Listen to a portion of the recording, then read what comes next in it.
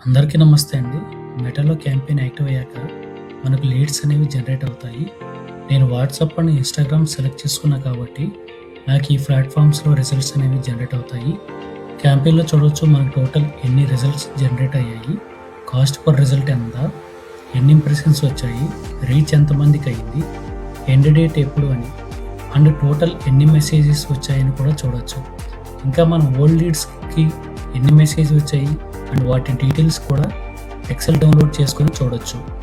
And custom Excel and CSV ఫైల్‌లో కూడా details అనేవి పొందవచ్చు.